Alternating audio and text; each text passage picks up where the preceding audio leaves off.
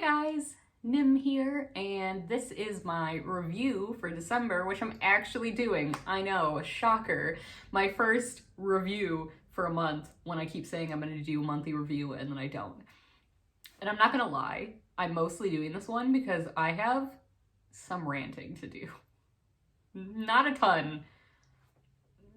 Hopefully not a ton, but I was like really wanted to say certain things about like certain things, and I was like, well, I can only say it if I actually do my review, so here I am, even though I'm sick at the moment.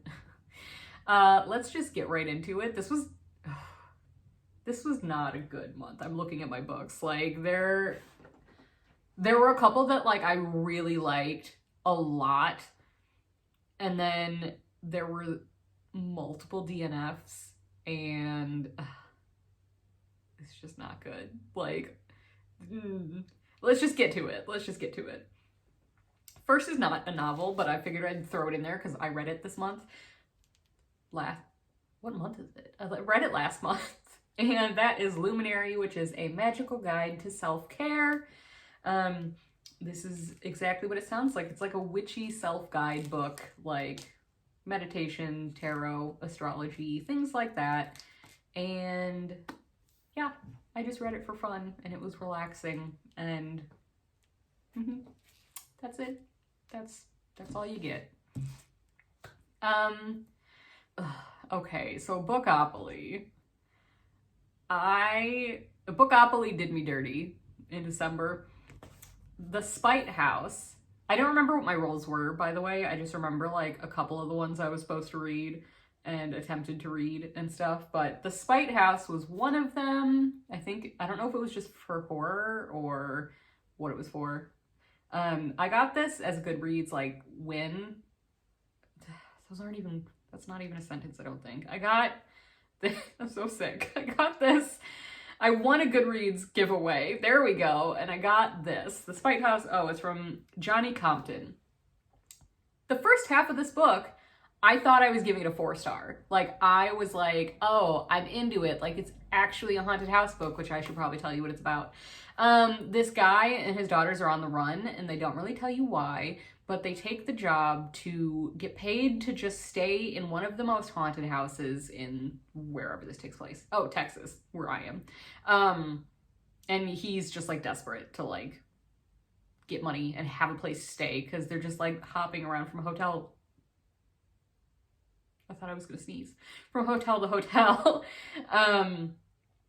And yeah, shit starts going down in the house, and also it's like a weird mystery on why they're running. Like, you're trying to figure out what they're running from. The beginning of this, like I said, I was super into it, and I was like, yes, I'm here for it. Then shit just like, it went from like a 4-star, and then it just like kind of quickly like jumped to a 3-star, and I was just like, okay. And then by the end of this, I gave this a 2-star, and it was like, that was being generous in my opinion, because this book tries to, first of all, it's not really long, and it tries to touch on so many different plots that like, they don't even tie into each other. Like, I was just like, what? Like, they could be different books, and that's... Normally it's okay to have multiple plot points, but they're all different weird supernatural plot points that have nothing to do with each other, and you're like, what are the chances of all of those like crossing paths in one book?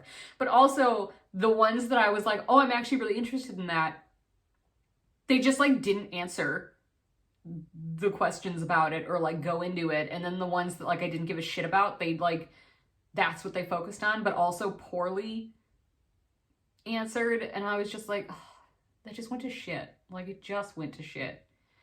Like, it sounded like it just seemed like they were trying to do this like cool, unique supernatural thing, which is why I was like, awesome. But then like they didn't know how to actually do it in the end. So like they started it and then we're just sort of like, and here's why for some of those things. And there's no answer at all for the rest because I've got nothing.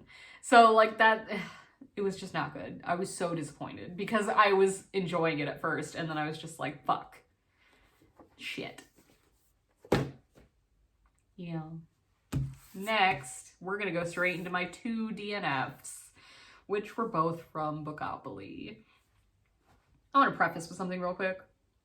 These are not bad books at all. I bet there are people out there, people who enjoy good books, that will absolutely love these. They just weren't doing it for me. And I was really disappointed in that. That is Green Glass House by someone. Kate Milford. This is not poorly written. And the synopsis even sounds interesting because it's about like this old, kind of an apartment type thing. Not an apartment, hotel. I'm so dumb. It's about a hotel who I think normally take in like smugglers, I believe. But it's during the holidays, and the main character is a young boy who's adopted. And I only mention that because it like comes up in the story. I'm not just like, oh, this character's adopted, you need to know that. And then some like suspicious guests show up like all at the same time who like kind of clearly know each other but are acting like they don't. And they seem to be there for shady reasons. And him and this girl who's there are trying to figure out like what's going on. And it's like they're trying to do it in a way where they're playing like a D&D game. Like they're kind of doing it in a way where they're role playing as fictional characters trying to solve this mission. And I was like, that's cute. I don't like, whatever. I'm not into it. And then also he's like really like blah blah, I'm adopted, I would love to know my real parents. And I'm like, that's great, but I don't care. I sound like such a bitch. It just wasn't doing it for me. Like I was just like, I don't care. Like, so the reason I DNF'd is because this was my second time trying to read this book, and I did the same thing the first time, and I was like, maybe it's just not the right time for me. But the fact that I was having the same feeling and thoughts the second time, I was like, nah, like I just have to DNF, like permanent DNF this time. I'm so sorry for those who like this. I know this book has like a lot of people who love this book, and I'm just not one of them. And then brings me into my next DNF, which is another middle grade. And I was so sad about this one. You want to know why? Because it's beautiful. Not only that, it's Wildwood. Oh, I think I grabbed book 3. This isn't the first one. Pretend I'm holding the first one. I own the whole trilogy of this. It's a middle grade, it's illustrated, and I was so excited about this because it's so beautiful. And like I said, I bought the whole trilogy because I was like, that's beautiful series. I just have to own it. This is another one that had been a soft DNF, and I was like, maybe I'm just not in the right place. So the first book is about a girl. They live on the edge of these woods, which are supposed to be like magical, forbidden woods. And one day her like, I think toddler sibling gets carried off by a murder of crows into the woods. So she goes into the woods to try to find her like baby brother. And there's magical shit, talking animals, all that crap. And like I said, oh, it's from Colin Malloy. I was like, yes, that's up my alley. I love that. It's beautiful, like illustrations, and I love the plot summary and everything. And then we got into it, and it did the thing I hate, which also kind of felt like a ripoff of the Lion, the Witch, and the Wardrobe series. And that's that, like, she gets split up. This is early on, obviously, because I DNF'd. I didn't get far into it. And, like, the boy who was in there, like, he ends up with, like, a sort of enemy woman that, like, it seems like she's convincing him she's the good guy when the main character is actually with the good guys, so they're gonna end up on opposite sides, is a guess. I didn't get far enough into it, and again, so it's not spoilers. I'm theorizing. That's what it seemed like was going on, and I hate that. I hate when just one of the characters just ends up with one of, like, the enemies because he thinks they're the good guys and he's, like, too innocent and dumb to realize that, like, obviously this bitch is evil. And I don't know. It just seemed very The Lion, the Witch, and the Wardrobe. Like, they're in a magical wooded forest area with some evil-seeming bitch with one of them, like, convincing her she's good, and then, like, the other ones are, like, with the right people, and I don't know. It wasn't for me. And I'm really, really sad about it. Like, I'm so sad about it. So after that, I was like, fuck it. Fuck Bookopoly. Fuck this. Like, I'm just reading whatever the fuck I want. And so next I read Near the Bone by Christina Henry. And I loved this, and I did not think I would, and I was so happy because after DNFing just a string of books, I was like, please, for the love of God, let me read something I enjoy during the holidays, which is one of the reasons I went for, like, kind of horror after that. I was just like, fuck it, I'm just reading horror, like, I'm just gonna be a spooky-ass bitch for Christmas. This is about a woman who lives with her intensely abusive husband, so trigger warnings for that, on the mountain, like in a cabin in the woods up on a snowy mountain, very secluded. She's not allowed to go anywhere. She's not allowed to talk to anyone, obviously, because her husband's a psychopath and wants to keep her under his thumb. He's like older, and like it's very clearly implied that some shady shit went down that like matched them up. And then there start being signs of like a monster in the woods, like an actual monster in the woods.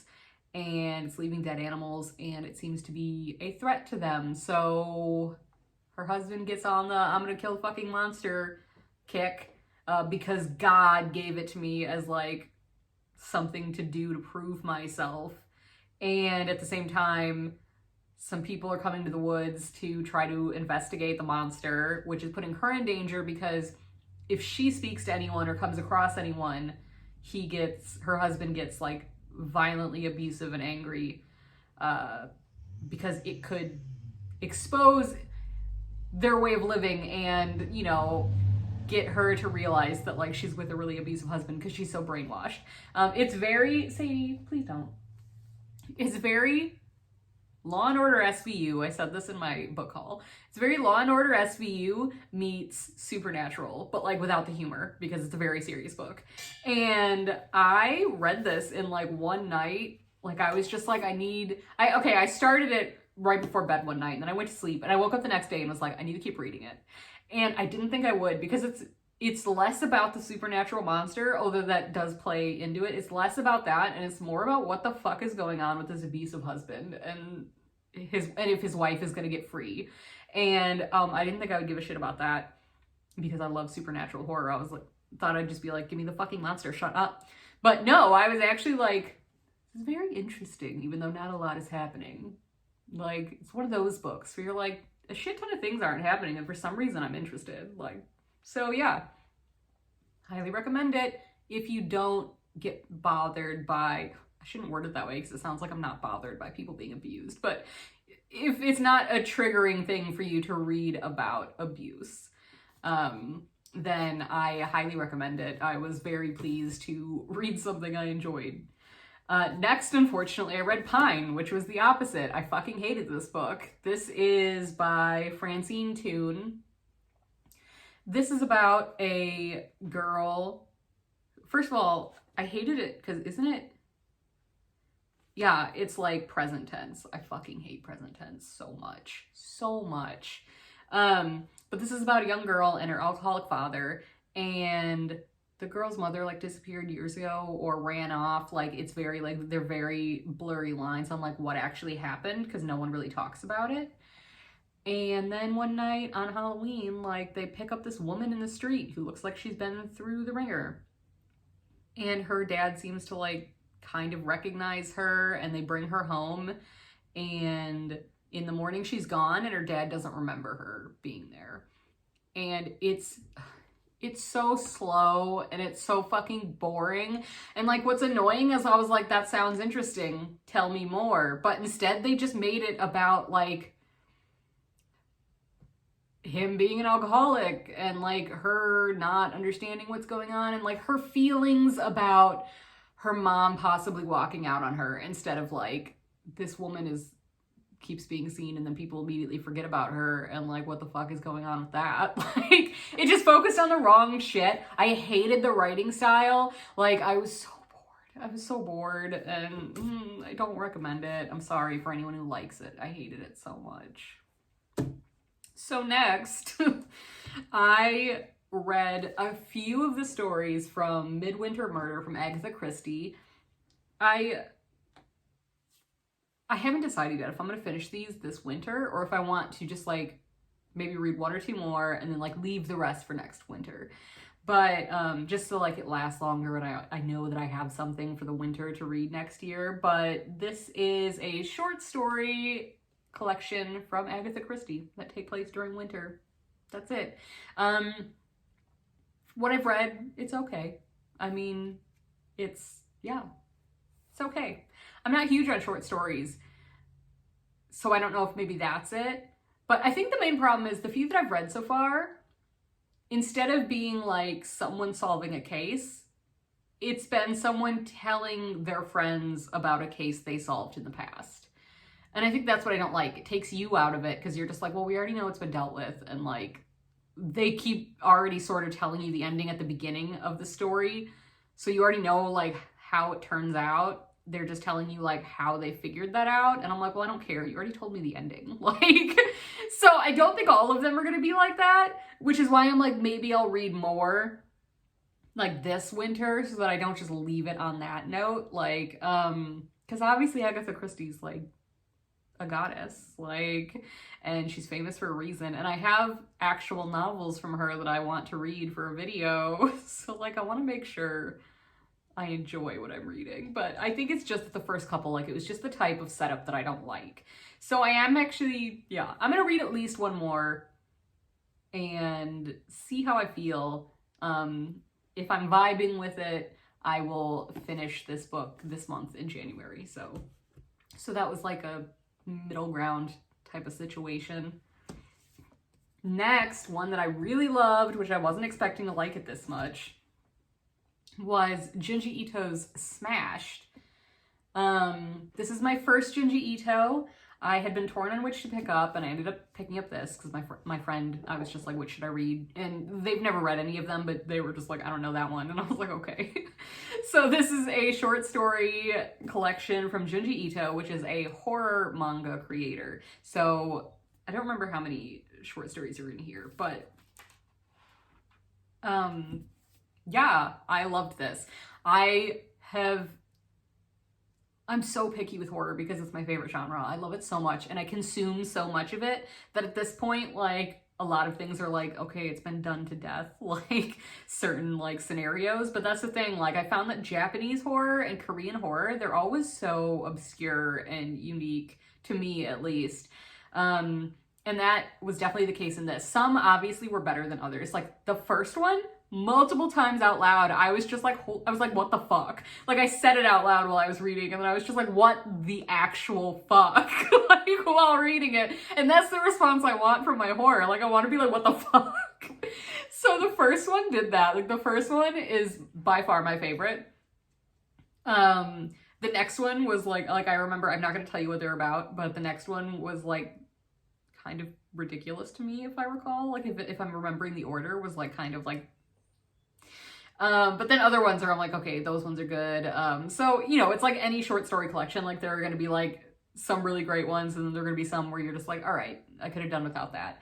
But overall, I was really happy with this, and I immediately ordered 2 other Junji Ito books and like added a ton of the others to my wish list. So I enjoyed that. Not very Christmassy, but I decided screw Christmas books. I just went with horror, as you can see. And last, it's not the type of thing I would read normally, but I read it like 2 days ago, while sick, and it was one of those things where like when I'm sick, I kind of just want like, it's the book version of trash TV to me. Like I want something I don't need to put my brain into a lot. I just want like lowbrow entertainment. And thank God the author will never watch my videos. That's Crave by Tracy Wolff, right? Yeah, by Tracy Wolff. I never had any intention of buying this book. Like I had no intention of reading this book. And then I was just not feeling well, and I was just like, I kind of just want something stupid. And so I bought it. This is about a girl whose parents die, and then she ends up going to the boarding school that her uncle runs in Alaska. And she is unaware that the students there are all supernatural beings. I think it's like werewolves, dragons, vampires, and witches. And that's not a spoiler, it's in the synopsis. One of the things that bothers me... Okay, so this is the book that I wanted to rant about. So if you don't want to hear me rant, this is the last book, and you can leave. If you do want to hear me just like ramble about shit, hi bestie, like let me tell you about this book. First off, it took half the fucking book for her to even realize the supernatural shit was going on. Half the book. This book is almost 570 pages. Half of this was her in the dark and just like stupid, when we knew the whole time. It's in the synopsis. Do you know how frustrating that is? Like, it's in the synopsis and it took her half the fucking book to realize what was going on. Like, that they were vampires. And I was just like, imagine how on hold the plot is if like the main character doesn't even know the plot's happening for half the book. Okay, so I did give this a 3-star, by the way, because like it's like I said, like if you can get over the poorly done parts, then it's just like mildly entertaining. So I did rate it 3-star, but that annoyed me. The next thing that annoyed me, because that's what this rant is about. First of all, I had to put the book down for like 10 minutes because I couldn't take it seriously, because it explained, like it described the like romantic interest in such like a ridiculous sounding way in my brain, because he was like tall and lean and pale because very vampire. But then it said that he had like voluptuous red lips, and I just like, I'm sorry. First of all, normal people's lips aren't red, like, and I'm not a white ass vampire. Like, our lips aren't red. They're like pale pink at best. Like, they're dark pink at best. And like, he's like white, like stark white, like vampire. And apparently he's got fat ass lips and they're just red. And I just picture the most clownish, like Kim Kardashian lips on this like slender, like emo boy with like red lipstick on. Like, I just couldn't do it. I couldn't do it. And I was just like please, like, I get you're trying to be like, I think these things have been called attractive before, and you're just like mashing them all together, and it's just, you're not actually thinking about as a whole, like the picture that you're like portraying and like how weird those details would look together. But like, I just had to like take a breath and forget about her description and just make up my own for like the guy. And that was work for sure. Also, she was doing the thing where like he was just being a big dickbag to her, and all she could think about was like how hot he was, like in the moment. And I was like, have some self-respect. Like, you're gonna end up in like really abusive relationships for the rest of your life, girl. Like, if you are being treated like shit at that very moment and just thinking, God damn, he's hot. Like, Jesus Christ. Like, no, if someone's treating me like shit, I don't care how hot they are. They're not hot to me anymore at that point. I'm just like, this fucking sleazebag, like, about to get my fork in his eyeballs. Like, cause Jesus, like, my stomach just growled. I'm really hungry. I haven't been eating because I've been sick. I mentioned in my last video, I hope it's not the big virus. But my whole family's sick. We all got it from each other at Christmas. Like, I don't know who gave it to who, like who gave it to the rest of us, but we all have it now after Christmas. So anyways, sorry for my rumbling stomach. I just haven't been eating much.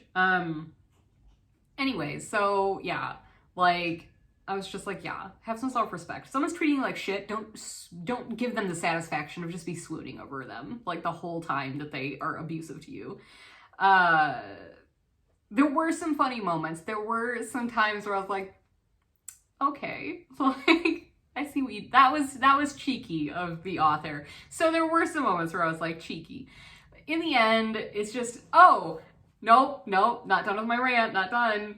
The other thing that just drove me fucking crazy the whole time, it was another one of those situations where they're like, oh, she's pretty, but she doesn't realize she's pretty. And it's just like, if you're gonna go that route, actually give her things that that society might consider flaws, like, or it's not the norm to be attractive. Don't do what this woman did. She said, oh, I could never be beautiful because I have auburn curls and brown hair and freckles. And I'm like, first of all, rude. Like, rude to anyone reading this who has auburn hair, like beautiful curly hair and freckles and shit and brown eyes. First of all, brown-eyed bitches can wear whatever fucking eyeshadow they want, and I'm so jealous. My eyes are blue, and it means I look like a fucking clown when I put colors on my face. So brown eyes are great. Everyone wants freckles. Literally, women are drawing them on these days, and this book is not old. Like, that was still a thing when she wrote this, I'm sure. And auburn curls, like, auburn is one of the most beautiful hair colors. Like, everyone dyes their hair auburn and shit, and we love curls. Bitches curl their hairs every day. I'm sorry for calling you bitches. I'm a bitch, too. It's okay. Anyways, it was just not the right way to do it. To be like, oh, like, I'm so beautiful, I could never be beautiful. Like, that's basically how I did. Like, she just listed beautiful traits and was just like, I could never be pretty because of these. Like, I get it if it's... Okay, one of the things that I think is, like, the sexiest thing ever on women is I love an underbite on a girl, like, on a woman. Like, I'm just like, that's cute as shit. Like, hey, like, you wanna talk? Like, I think it's so cute. But, like, I get that, like, it's not the norm for the beauty, it's not part of the beauty standards. So I get if a character, for example, would be like, oh, I have an underbite, so I don't think I'm beautiful. Where, like, but then, like, there's still people like me, like, there are still people out there who would find that beautiful. So I get it that, like, they would still be found beautiful by someone in the book. And, like, so I get if it was something like that, where they're like, oh, maybe, like, I have a gap in my teeth, and, like, not everyone likes that, so I don't feel beautiful, or, like, you know, something like that, I understand. Like, I've got a big-ass German nose, like, so, like, that's something that, like, a reader could relate to. But doing it where you're like, she's drop dead gorgeous and just doesn't know it, that's not relatable. Like, because then we're just annoyed because we're like, great, good for her, she's fucking beautiful, and all these men love her because she's actually beautiful and she just doesn't know it for some reason. Like, that's not how you do that. So that really bothered me. But also, could we for once just have a strong, independent woman who knows she's hot? Like, why is that so? Why do we keep on doing this where we're just like, she's beautiful and didn't know it? Well, why the fuck can't she know it? Like, why does she always have to not know she's beautiful? What's wrong with knowing you're beautiful? Like, give me a fucking queen who knows she's a queen. Let me see her step on the men around her and just be like, fuck yeah, look at me, like, I'm gorgeous. Like, come on. Like, let's have some confident women. So that bothered me. But on top of it, it was another one of those situations where everyone's, like, fawning over her. But this girl, I almost said bitch. I'm not going to say woman because she's in high school, so I think girl is still appropriate. This girl, sorry, I have, like, allergies right now. Well, I'm sick. She's so dull. Like, she's oblivious to everything around her. She's stubborn, but it's not due to, like, conviction. It's due to stupidity and just, like, going along with whatever happens, or just setting her mind on one thing for no reason and then sticking to it, even though everything around her is obviously like, what the fuck are you doing? She doesn't ask enough questions when she really fucking needs to. She asks too many questions about the wrong things during the wrong times. Like, but on top of that, there's nothing in her own character that would have made these people fall in love with her and stuff and, like, think she's great, and that really bothers me. I'm not saying she needs to be the prettiest person in school. What I'm saying is, if this guy has anyone he wants and they're all highly intelligent, highly beautiful, really interesting and impeccable women around him, like, his whole life and stuff, and this bitch is just dumb, clumsy, and has no redeeming qualities. Also, she's one of the people where the plot happens to her. She doesn't drive the plot at all, so she doesn't do anything. Like, why is he, like, ready to risk all this shit and, like, go through all this stuff and, like, fight so hard to be with her? Like, I hate that shit. Like, I hate it. I hate when they're just, like, everyone's in love with her just because they are. And she's got nothing to her to, like, make her stand out. Like, she has no character. She's such a flat, dry fucking character. The only thing that she had that, like, caught the person's attention, like, about her is that her parents were dead and she was sad about it. And I'm like, she didn't even do that. That's not even part of her personality. That's just a response she's having to something that's going on right now. And also, if a man, like, is interested in you because your parents are dead, like, not the best start to a relationship. All right, I'm done. That's it. I'm done rambling. That is what I read in December. Sorry it was a hot mess. I'm also sad it was a hot mess. But thanks to my recent haul, I have higher hopes for this month, January, and hopefully I will see you soon, well, in a month, to talk about how that went. So yeah, thank you if you stuck till the end, and hopefully I see you again soon. Bye!